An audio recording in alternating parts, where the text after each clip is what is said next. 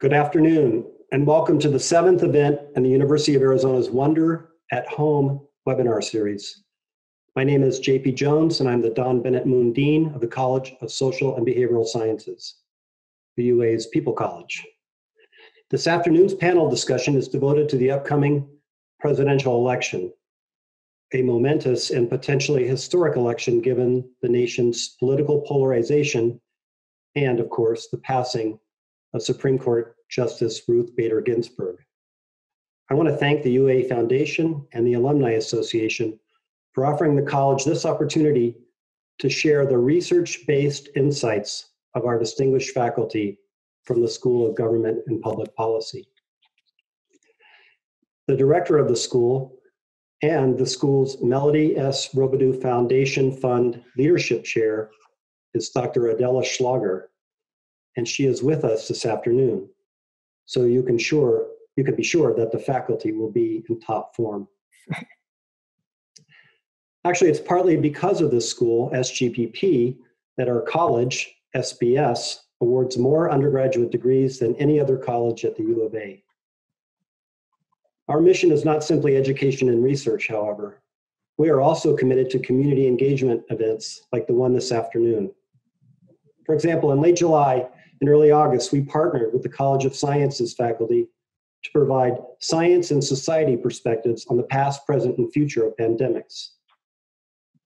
This fall, we will launch a record number of our community classroom short courses, including one on language and mind, featuring the founder of modern linguistics and SBS faculty member, Noam Chomsky. Also this fall, we will offer our 8th annual Downtown Lecture Series. This year's virtual events launch every Thursday evening in October, and in recognition of the centennial of the passage of the 19th Amendment, they're on different aspects of women power. All of these events are on the Wonder at Home landing page. And now it is my distinct pleasure to introduce the Honorable Jonathan Rothschild, the former mayor of Tucson and the moderator of today's panel discussion. Mayor Rothschild served the city of Tucson from 2011 to 2019. He currently teaches on state and local government at the James E. Rogers College of Law. In addition to so many noteworthy initiatives made to improve the city throughout his tenure as mayor, I can point to 2 that have involved significant collaborations with SBS. One is our partnership leading to Tucson's recognition as a UNESCO Creative City, and specifically as a city of gastronomy. And second, our School of Sociology answered the mayor's call for research-based policy and action on eliminating poverty in Tucson.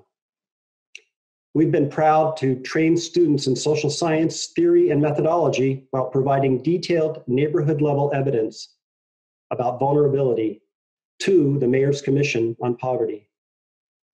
Mayor Rothschild, we thank you for your service to Tucson and for your continued work with the University of Arizona, including your willingness to moderate this installment of Wonder at Home. Thank you. Thank you, Dr. Jones. And I want to welcome everybody who is on this webinar. We've got a big crowd today, and I'm sure that is because of the nature of the topic, the presidential election of 2020, which has everybody's attention. And I guess I was asked to moderate because I am a practicing attorney, teaching at the law school, state and local government, and know a little bit about politics from the street level. But we're here today to listen to 3 professors at the School of Government and Public Policy, and I can tell you they're all very impressive. And the thing about politics that people sometimes don't get is there is a field called political science, and there is a science to this politics. And the 3 people you're going to hear from today study these things, they study methodologies, and they're fact-based in their research.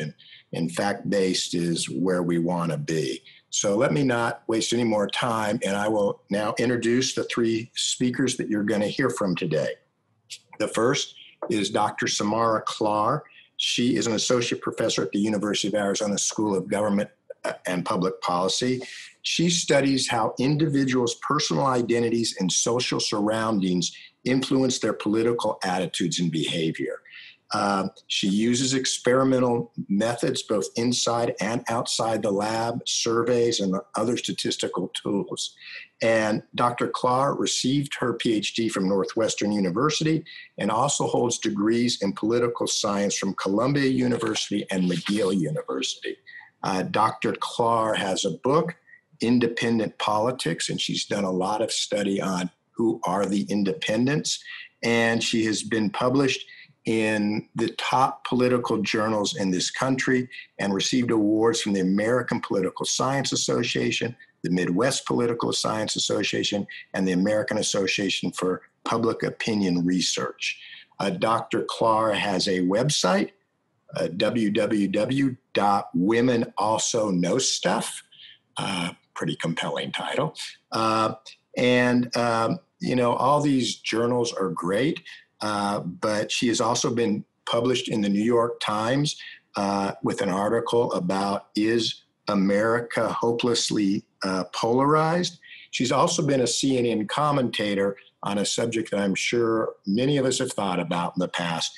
Should you talk about politics over the holidays? So we'll hear from Dr. Klar shortly.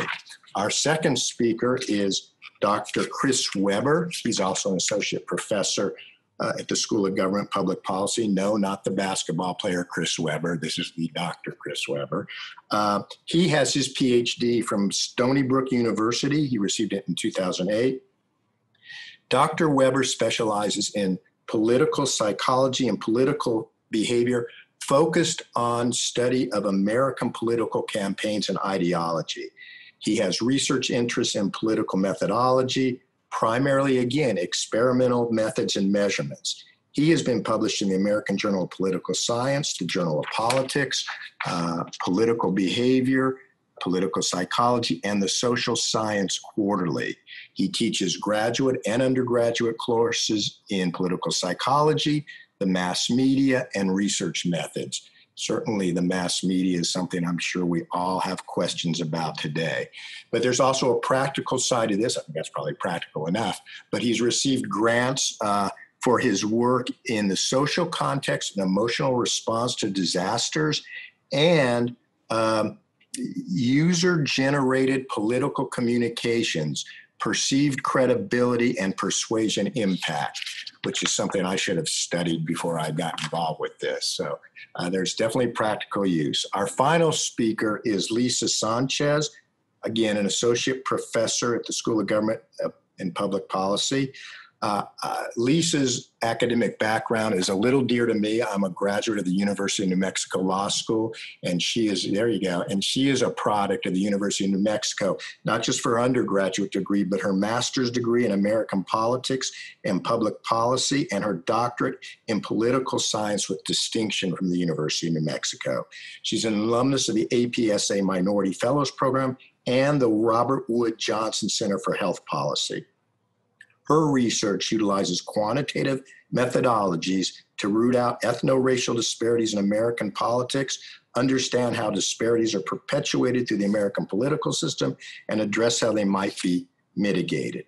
As a result, her research spans many fields, including congressional politics, public policy, health policy, immigration policy, and identity politics. She led the redistricting conference at the University of Arizona in 2018, which is bringing together a gathering of folks who were concerned about the redistricting that were just about to start into that process again. So that was really important. Apparently, she is a bit of a media celebrity. She has been on KOLD, Arizona 360, The Buzz, NBC Latino, Financial Times, and WNYC in New York. She's also been published in Vox, and just so you appreciate that maybe she can see into the future, she was on Vox on the topic of Martha McSally lost the Arizona Senate race. She could still be a senator next year. So Dr. Sanchez, you got that one right. All right. So this is going to be, the topic that we gave the panel was the following. With the presidential election quickly approaching, politics are at the top of everyone's mind. We'd like you to apply your expertise to topics ranging from political behavior, authoritarianism, and increasing polarization. And if you could, please be prepared to provide predictions about the Arizona election based on your current research, and tell us how your research sheds light on these voting patterns and predictions. So our panelists will be ready to discuss those topics and any other questions that you may have. So the format we're going to have is as follows. We're going to begin with just brief comments from each of our panelists, telling us maybe a little bit more about themselves and their study. And then we're going to have the panelists answer questions. It's going to be very interactive. The rest of the time is going to be question and answer between the panelists and the folks that are here today. Throughout the discussion, you can submit your questions using the Q&A function, which should be at the bottom of your Zoom bar. And then I will review those questions and ask the panelists as many questions as we have time for. We really don't have a lot of time. And what we'll try to do is get to those questions that look like we're seeing a lot of similar questions. I am sure we're not going to get to all the questions, but hopefully today will give us some insight, educated insight into what lies ahead. And so with that, I'm going to ask our first panelist, Dr. Klar, introduce yourself and let's get this going. Sure. Thank you so much, Mayor Rothschild, and thank you, Dean Jones and Adela and everyone for organizing this great event. I think we're all really very excited to be here. As Mayor Rothschild said, my name is Samara Klar, and I'm an associate professor here at SGPP. I study how people think about politics, so I'm not particularly interested in candidates or elites necessarily, but I'm interested in how people negotiate all sorts of identities that influence the way they support a particular policy or a particular candidate. So one thing I'm really excited to talk to you all about today is how Democrats and Republicans relate to each other today during such a polarized time, and how they're going to negotiate all the different competing interests coming from the pandemic, from the recession, and from the political climate as they make a decision in 2020. So I'm really looking forward to a great conversation today. I'll pass it off to my fellow panelist, Dr. Chris Weber. Thank you, Samara. Thank you, Mayor Rothschild. Again, my name is Chris Weber. I received my PhD in 2008 and have been here at the University of Arizona since 2013. I spent a brief period at Louisiana State University prior to this. My research interests are actually quite similar to Samara's. My interests reside in political behavior, political psychology, really how psychological characteristics shape things like voting preferences, ideology, how people, consume information in the mass media. I'm excited to report I just completed a several-year project aiming to understand how people's values, particularly their tendency towards conformity versus personal autonomy, how these values shape American politics. Much of my research focuses on understanding the contours of political ideology within the United States, but also throughout other Western democracies. So I examine questions like, well, what does it mean to be a liberal? What does it mean to be a conservative? What do these labels mean in the context of American politics? What about other political labels, such as being a libertarian or a green or a moderate? And so I look at this in the context or through the lens of American politics, but also through democratic politics more generally. As the mayor noted, I teach a number of classes within the School of Government and Public Policy, ranging from American politics and political behavior to political methodology and statistics. I think maybe a few of my students may be in the audience today, but I'm not taking attendance, so it's okay. So thanks again for including me in this discussion. I'm really looking forward to it, and I'll pass things over to Dr. Sanchez. Thanks, Chris. So I'm very pleased to be with you here all today. I'm really excited to discuss some of my favorite topics. To follow up on the mayor's kind introduction, I'll tell you a little bit more about my area of study. Obviously, I'm a political scientist. I specialize in American politics and public policy, with particular emphasis on racial and ethnic politics and how race and ethnicity intersects with representation in government and representation in public policies. So as the mayor said, this research allows me to straddle multiple subject areas underneath the hat of American politics, including things from congressional politics to electoral politics to demographic change and policy areas like immigration and health policy. One of the things I really enjoy looking at are kind of interesting intersections in identity, such as Latino women, Latino Republicans, about which I'm currently writing a book with a colleague over at NAU, and cross-racial linked fate, in which I demonstrate that white, Latino, and Black individuals believe that what happens to a racial or ethnic group that they don't actually have membership in also affects their own personal life or their own personal in-group. So up to now, kind of the prevailing wisdom on this suggested that feelings of linked fate only accrue within racial and ethnic groups and not between them. And this is suggesting otherwise. To give you a taste of some of my other, some recent projects that actually might be of a lot of interest in this setting. One of my big projects that I looked at, I found that increases in the Latino population size in the US congressional districts are actually leading to subsequent changes in voting behavior of their member of Congress. So I found particularly that as Latinos are beginning to migrate into new areas of the country, particularly in the US South, existing populations are beginning to behave in an increasingly polarized manner, and sort of that subsequently pressures their member of Congress to behave in a more polarized manner as well. So the interesting part of this is that the process continues until Latinos hit what I find is a threshold of about 30% of the state population, whereby kind of the state ideology politics moderate down a little bit from their pre-threshold fervor. As a result, the members of Congress in the state also begin to moderate their really highly polarized behavior.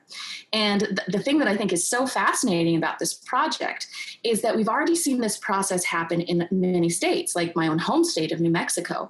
We're also starting to see the process continue on in the state of our own state right here of Arizona, which is in the news constantly lately because of its supposed shift from a solidly red state to more of a purple swing state. So Arizona actually just passed the 30% threshold and currently has a Latino population of 31.7%. The point being, there's a reason why we're starting to see sort of the Kyrsten Sinemas winning Senate seats and Mark Kelly in the hunt for one, and Democratic presidential candidates coming frequently to see if they can kind of grab Arizona's electoral votes. So, you know, we're professors and we could wax poetic all day about this stuff. So I'll stop there and I really look forward to your questions. Okay, Lisa, we're about to give you a chance to wax poetic, but only for a minute or two at a time, okay? Okay, so the first question we have is this, and it's been, all these are going to have been in the news, and I can already see from the chat room that we have some very politically active questioners too. But the first question is, how safe is it going to be to vote with mail-in ballots? And how will the recent issues with the post office have an impact on mail-in voting? And Lisa, I guess I'll start with you on this one. Sure. So I was fortunate to sit on a panel with the Secretary of State for Arizona, and you know, her job is a difficult one right now, trying to assuage these fears of voter fraud, which has been a lot in the media recently. And part of this is here in the state of Arizona is that we're really comfortable with actually voting by mail-in ballot. So she gave some statistics out that I'll repeat here, suggesting that I think in 2018 general election, 78% of voters voted by mail in the state of Arizona with no problems. And then in the 2020 primaries, 88% actually voted via mail-in ballot. So this is something that Arizona voters are very, very comfortable with. When we poll in certain segments of the population in particular are more comfortable. So there are certain, Republicans tend to be a little less comfortable with this idea of mail-in ballots, largely because of the media, media coverage of the president suggesting that maybe there's something untoward that may happen. But many are showing a lot of comfort. So I think I saw some statistics recently that suggested 68% of Latinos are planning to vote via mail-in ballot. They're fired up, they're excited, they're motivated to vote, and seek sort of little problem with this system. The Secretary of State also kind of pointed out things that are mitigating, like lockdown ballot boxes that you can put your ballot into, and they will be emptied every single day. And also tracking systems. So you can actually see in real time in the state of Arizona where your ballot is at any given time. And then procedures whereby your signature on your ballot is separated at the very first stage from your actual ballot, and they will never be able to be sort of referenced together. So there are a lot of things being taken seriously about this process, and certainly it's a big deal. I mean, I think we should, at some level, give a lot of attention to this because it's important, and we've never really kind of done this on a mass scale across the U.S. before. Okay, great. All right. Pretty comprehensive answer.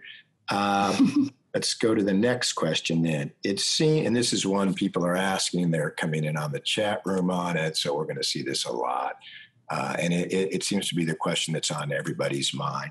It seems that our country is highly polarized right now. Is this actually true? How will this affect voting patterns? And picking up from the chat room, if there is polarization, what are the causes of that? Are they political? Are they demographic?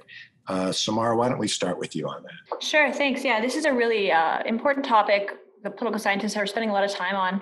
When we think about polarization, there's really two different levels that we can think about. The first is issue polarization. So the degree to which Democrats increasingly favor liberal issue positions and the degree to which Republicans increasingly favor conservative issue positions. So we see this growing gap in how people feel about policies. Now, it turns out that this is much more so true at the elite level than it is among the American public. So we do see growing polarization in Washington over time, with Democrats becoming more cohesive and moving more towards the left, and the same thing occurring among Republicans moving toward the right. Among the American public, actually, we don't really see the same level of polarization. Democrats and Republicans, in fact, agree to a large extent on a lot of big issues. So Democrats and Republicans tend to be a lot more moderate than what we're seeing in Washington. The second level of polarization that people seem to be concerned about, though, is what political scientists call affective polarization. And this has to do with the extent to which Democrats and Republicans express personal dislike or distrust towards members of the other party. So this doesn't necessarily have to do with policies at all. This simply means that over time, Democrats and Republicans appear to show less interest in interacting with each other and hanging out together. And I would actually venture to say that I'm not actually so concerned about affective polarization either, and I can tell you why.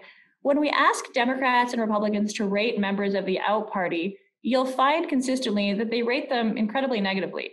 However, I found in my research that when we specify that we're not talking about Mitch McConnell and Nancy Pelosi, we're talking about just regular Americans, then we see that level of distrust and dislike comes dramatically down.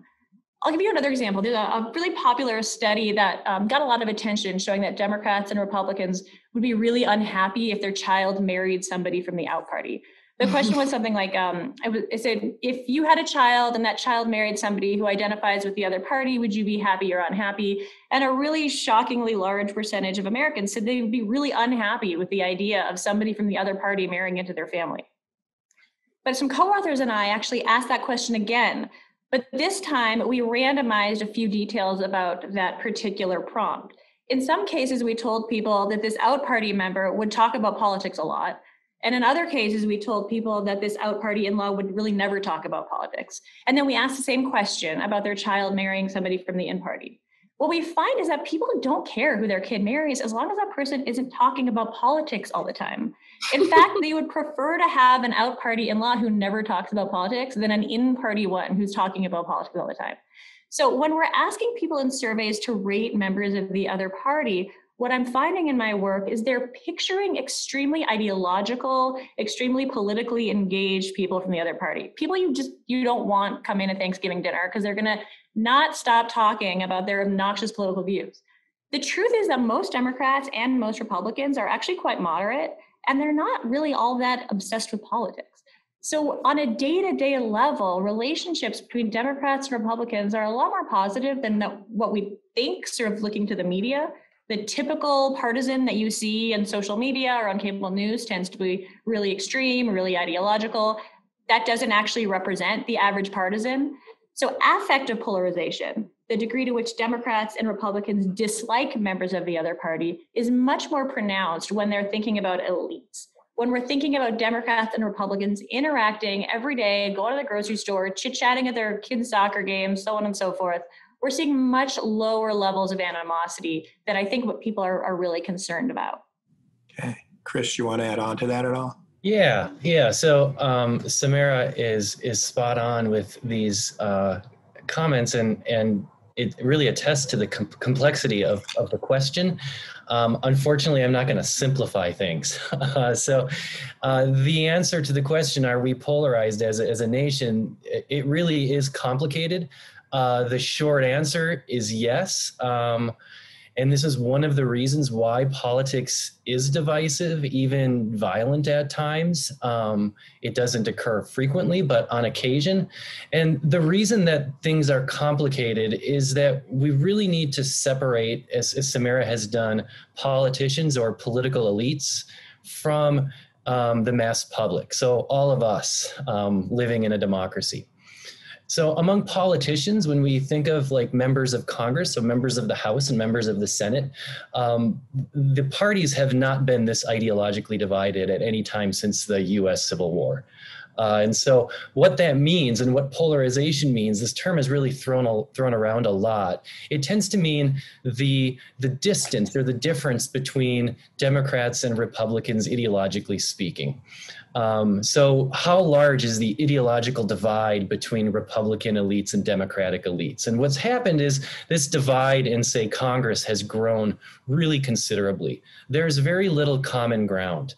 The polarization trend is really quite pronounced when we think of political elites, but as Samara notes, it's actually not nearly as pronounced in the general public. So if we think of like the average Democrat and the average Republican in the state of Arizona, a recent poll that Samara and I worked on in collaboration with the Arizona Policy Lab actually shows that the parties that is members of the parties in the state are not actually all that divided. They're ideologically actually quite a bit closer than one might think if you just turn on the news and watch it for 10 minutes maybe. But another thing that's happened, Samara notes this trend towards affective polarization. I want to underscore another aspect or another part of this story, which in the literature is often known as sorting. And this is just the idea that the parties have actually grown more ideologically homogenous. That is, there's not a lot of variation, speaking in terms of liberalism or conservatism within the parties. So in the mass public, that is among those who identify as liberal or conservative, there are now fewer conservatives in the Democratic Party than there were decades ago. There are also fewer liberals in the Republican Party. And this trend is actually somewhat recent.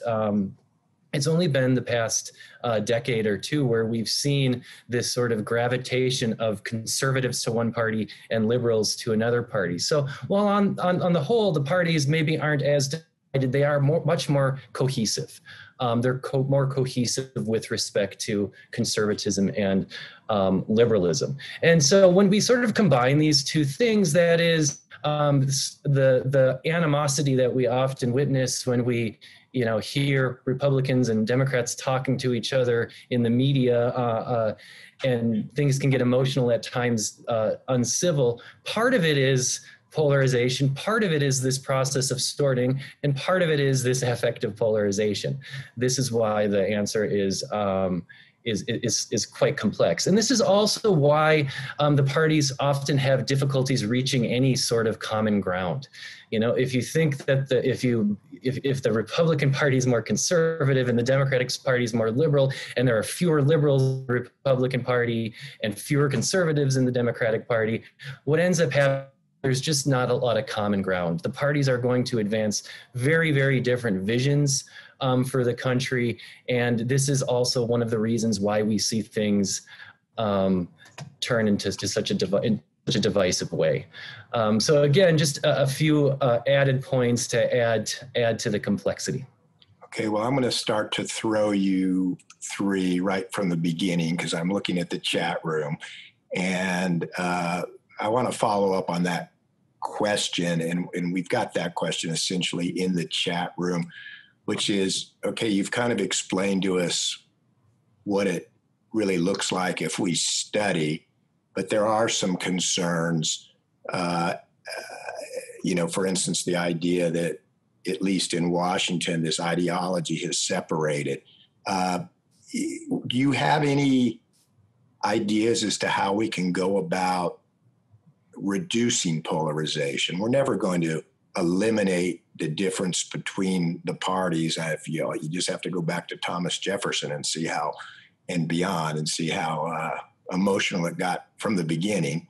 But do you have anybody have any ideas about structurally how we can change this when it seems like people are kind of, once they're in that system, they're very much disciplined to stay with the ideology?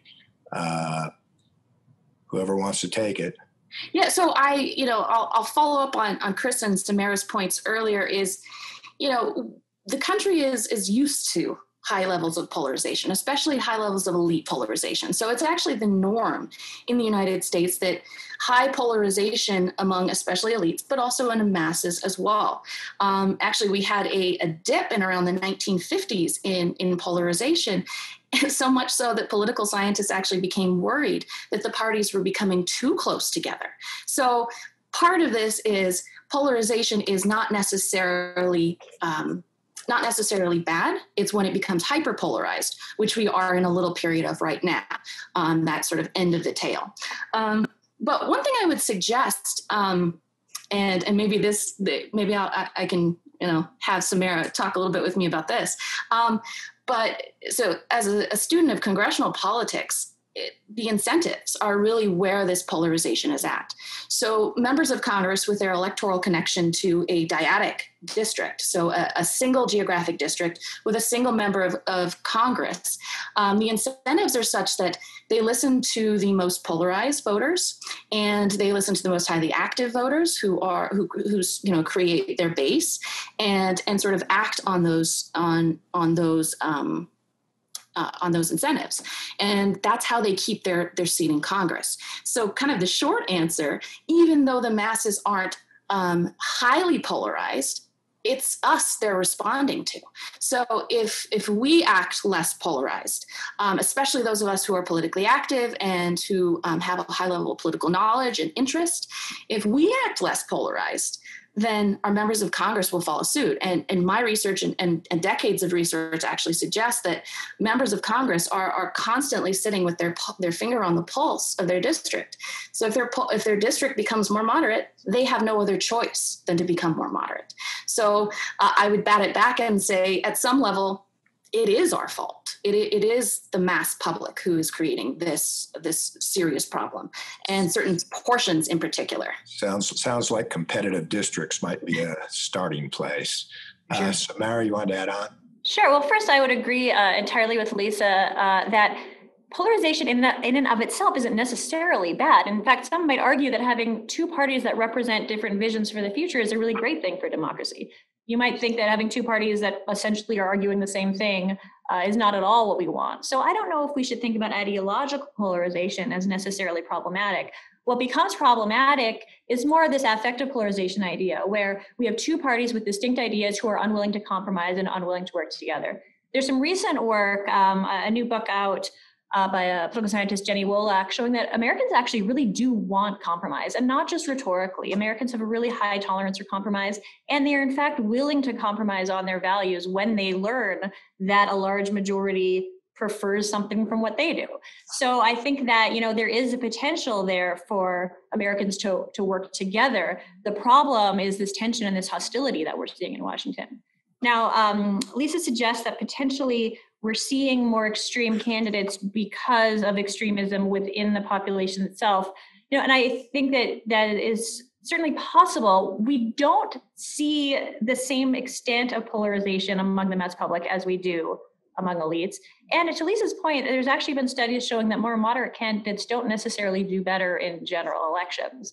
Now, I agree entirely that probably why we see such extreme ideological stances among our candidates has to do with the fact that they are relying on the most ideologically engaged portion of the electorate to actually come out and to support them, to put yard signs up, to donate money, to wear pins, to talk to their friends.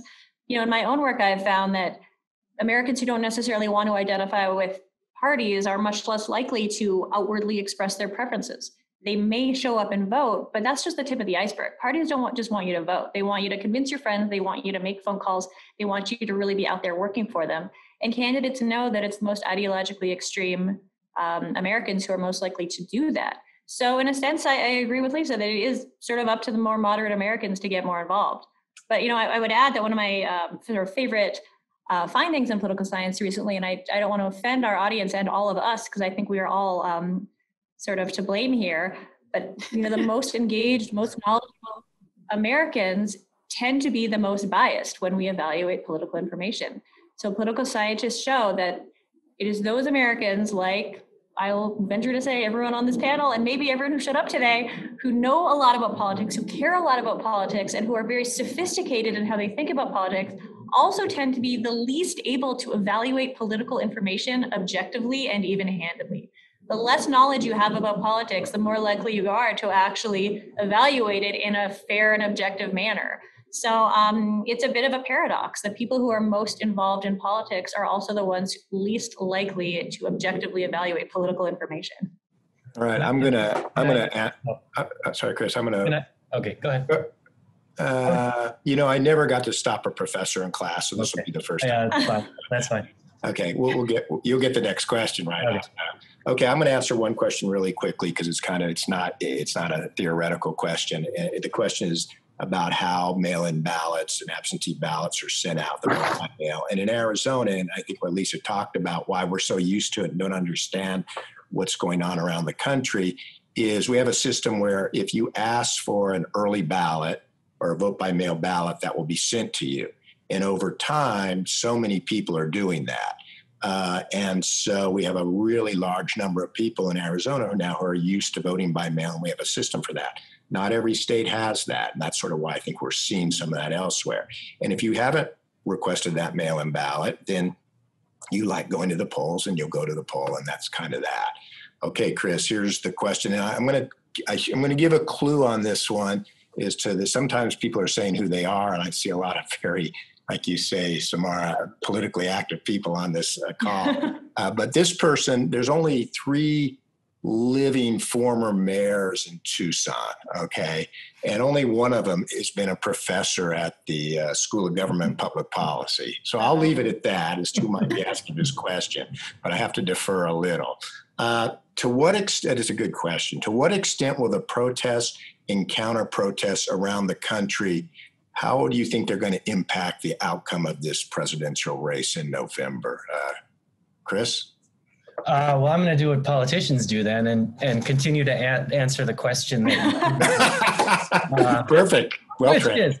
Which is polarization has many, many different facets and causes and consequences. And just to echo really quickly what Lisa and Samara both mentioned, one of the biggest issues is civility, and that is treating those with similar and different beliefs with respect and dignity.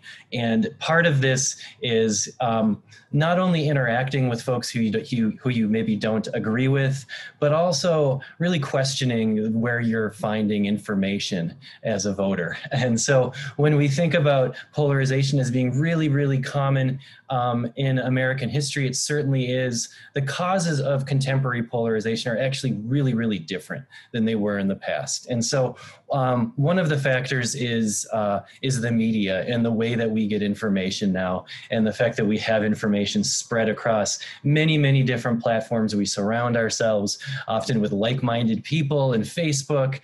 We follow friends on Twitter, and either we ignore or just unfriend those who maybe don't agree with us.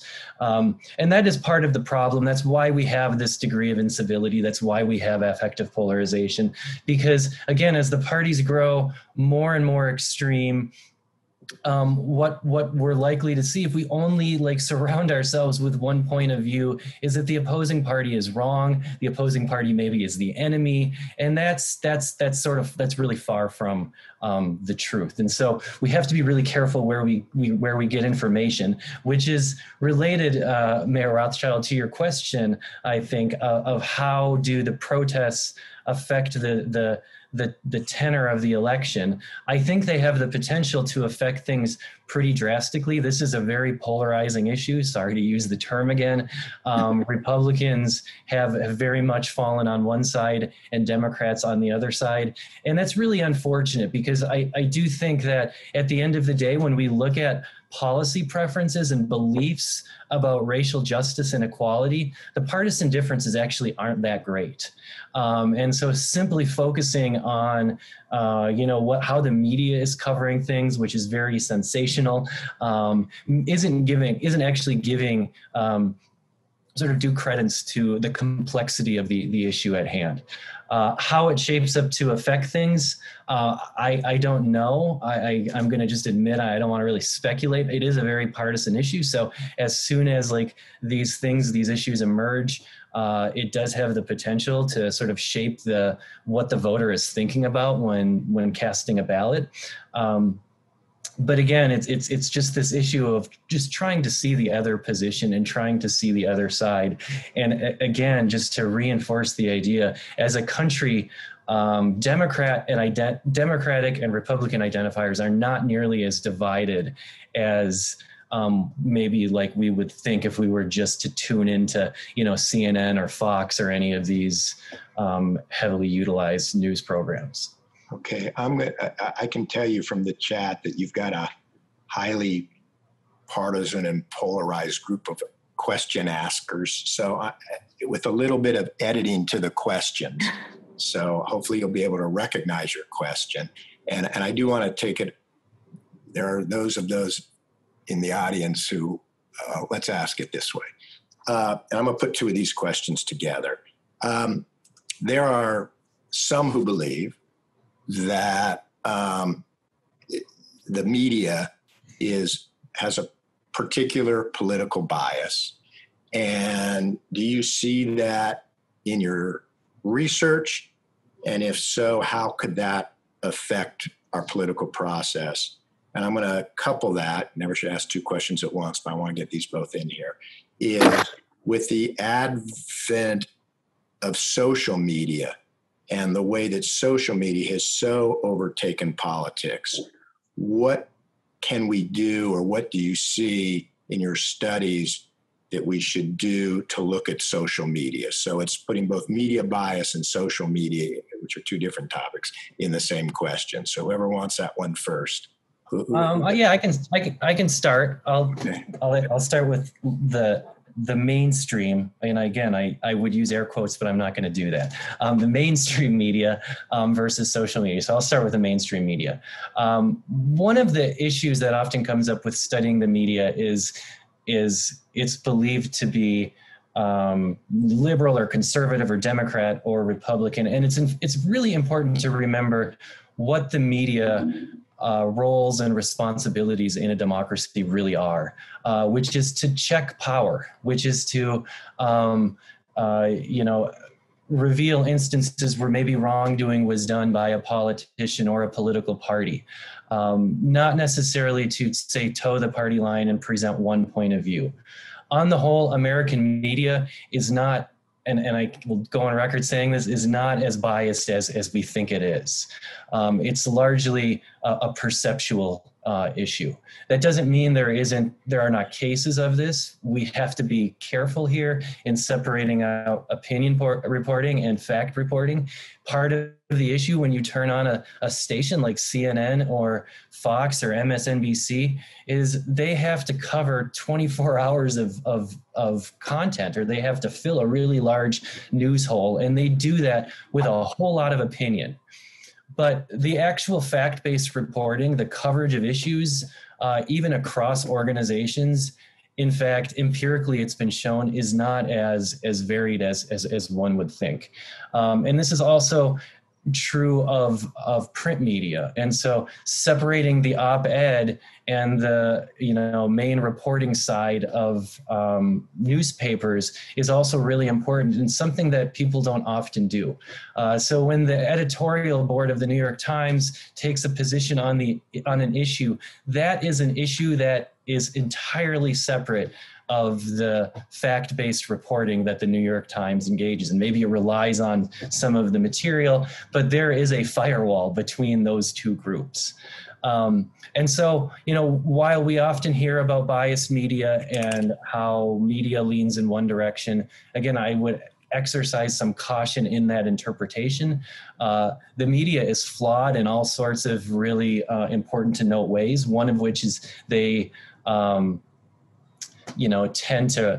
to really emphasize it's sensational based reporting. They emphasize the more extreme aspects of an event. They do a very poor job on the whole of explaining the broader contextual issues at work. So why are people protesting? What's really the reason for it?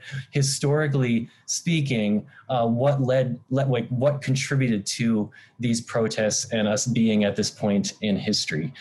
Social media is a very different animal, because on social media, there aren't norms and routines that are followed by the folks who are posting political content.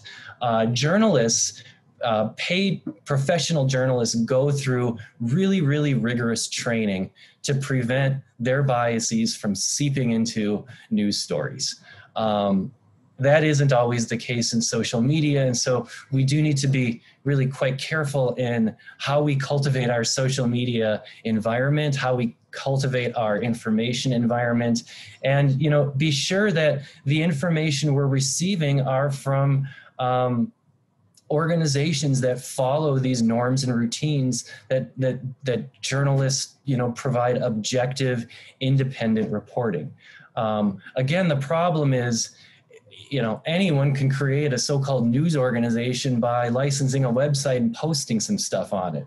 That doesn't mean it's a legitimate news organization, and it's incredibly difficult for news consumers to know where to go and what constitutes good news or perhaps news of a more questionable quality. And that's a good answer. And we don't have a lot of time left, so I'm not going to have anyone else follow on that. I think we'll take two more questions and wrap up. So again, we're not going to get to everybody. If you put in the chat room your name, and I see some people are anonymous, I think we're going to be able to get these questions to the panel, and they may divide them up and get back answers to you. So there are some good questions left and some difficult questions left, but I think I want to go back to one that is probably more research-based. What's the biggest predictor for voting patterns? Is it gender, race, religion? Samara, why don't you start us off on that? Sure. Well, this is going to sound like a bit of a cop-out, but for political scientists, the biggest predictor is your partisanship more than anything else. So when you ask somebody whether they're a Democrat, a Republican, or an independent, it's very, very unusual for Democrats or Republicans to vote for the other party. Whenever I say that, whenever I give a talk and I say that, inevitably somebody raises their hand to tell me that they, in fact, are voting for the other candidate. So yes, it does happen, but it's unusual. A plurality of Americans now identify as independent. That doesn't necessarily mean that they don't support either party. It really means that they don't want to publicly identify with the party that they prefer. The vast majority of independents do prefer one of the two parties. And our partisanship here in the United States, many political scientists view it much like a social identity. It is an in-group identity that's really important to voters, and it's really powerful in predicting not only who we vote for, but how we evaluate almost everything in politics. But if you want to talk about demographics more specifically, there are some demographics that can help us try to guess how people are voting, but I would say that, there is no monolithic voting bloc out there. When we talk about women voters or Latino voters, I think it almost sort of does these individuals a disservice to treat them as a monolith. Lisa can speak more to this. This is really her area of expertise. I've done work on women in voting, and I find that Republican women and Democratic women don't actually connect on a lot of issues.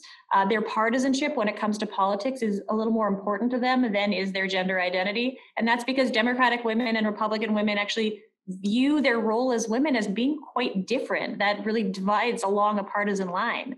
So, I wouldn't want to call on any identity group as a monolithic predictor of voting behavior.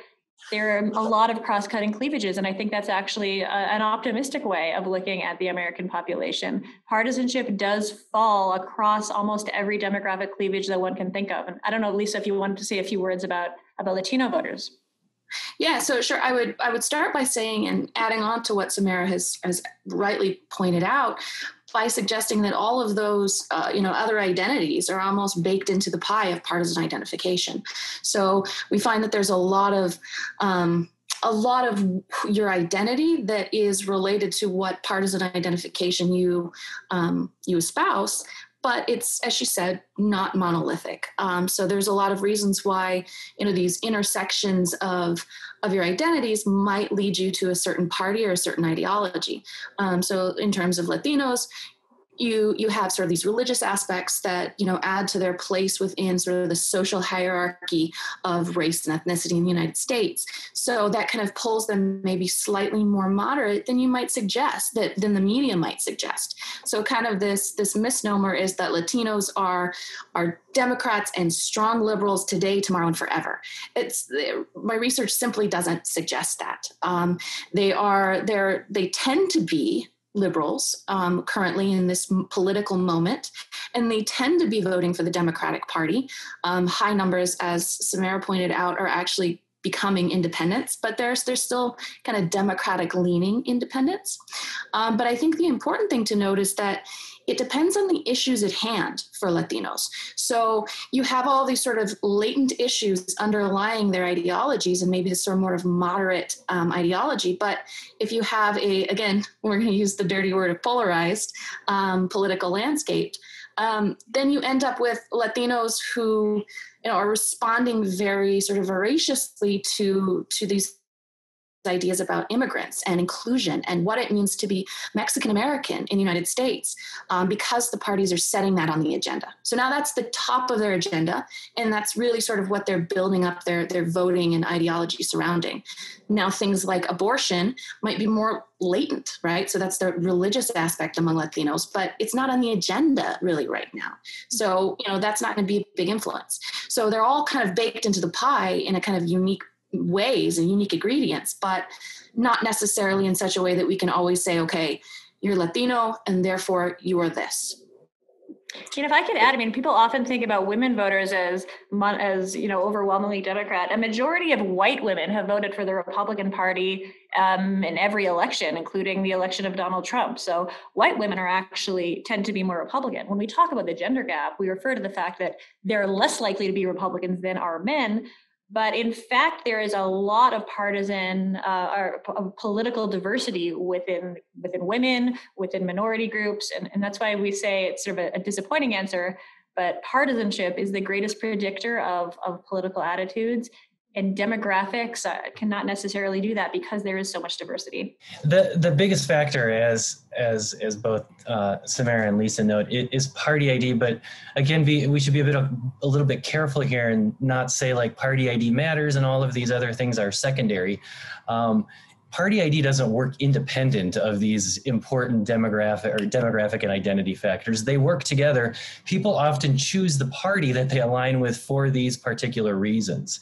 And so thinking about saying, well, the biggest factor is party ID and I vote because I'm, belonging to one party or another, those statements, while they're important, also sort of miss how party ID actually moves in tandem with other factors, these demographic factors and other really important identity factors. And so while we might see that, the biggest predictor is party ID, it's really all of these things together, which have been bundled together in partisanship.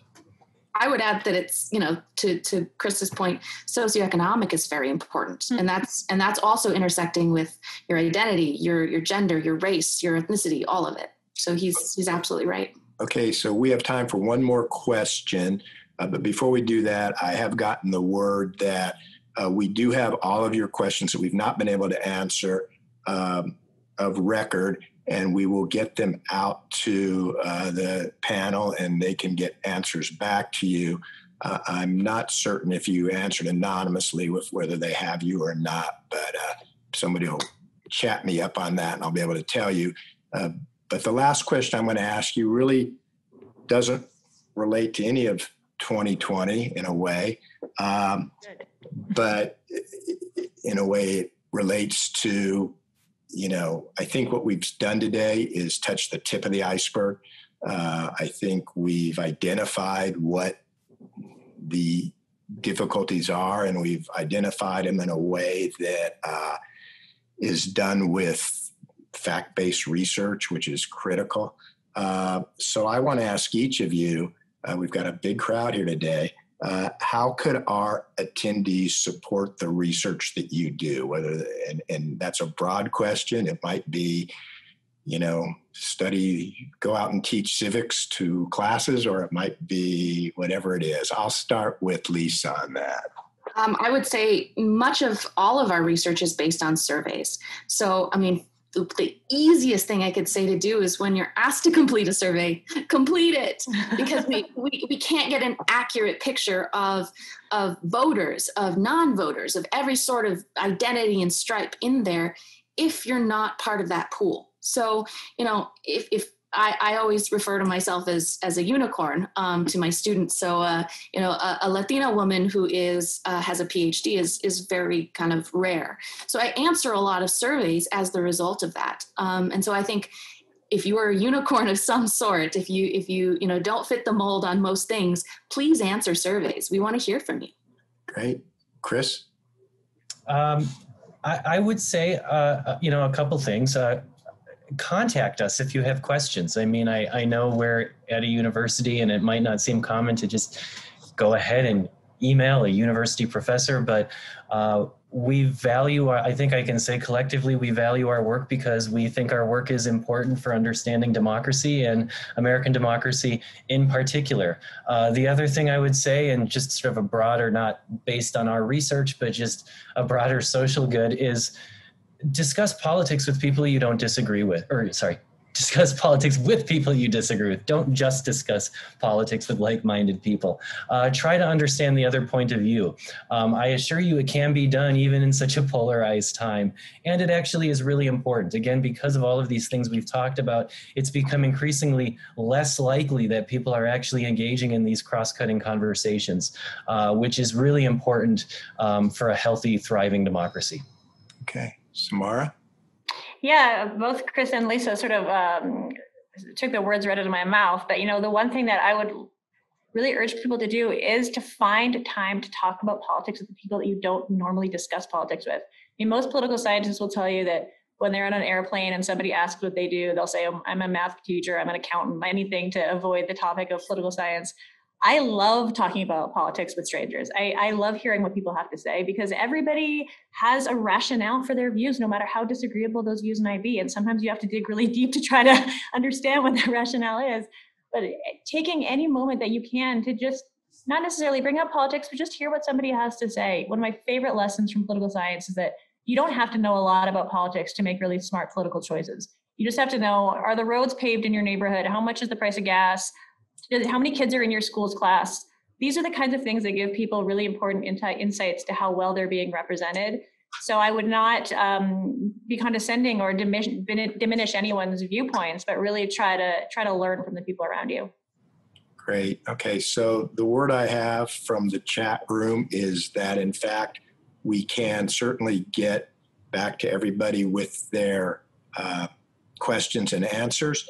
And there may be some follow-up for those that are anonymous, or you could just post your name and then that'll make it easier. But first of all, I want to thank each of the participants for taking your time today. That was really good and in a way complex, but also refreshing. And I think people need to hear that complexity as we have these conversations. And I want to thank everyone who's been on the call. It was a great turnout for this. And I just think it shows that there really is an interest on understanding the issues and then addressing them.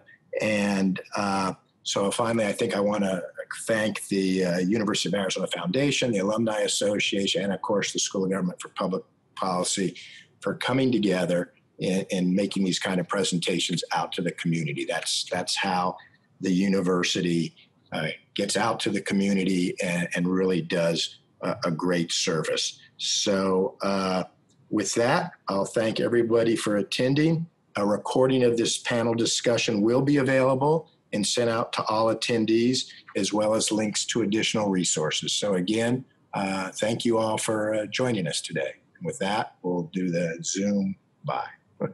Thank you. Thanks, everybody.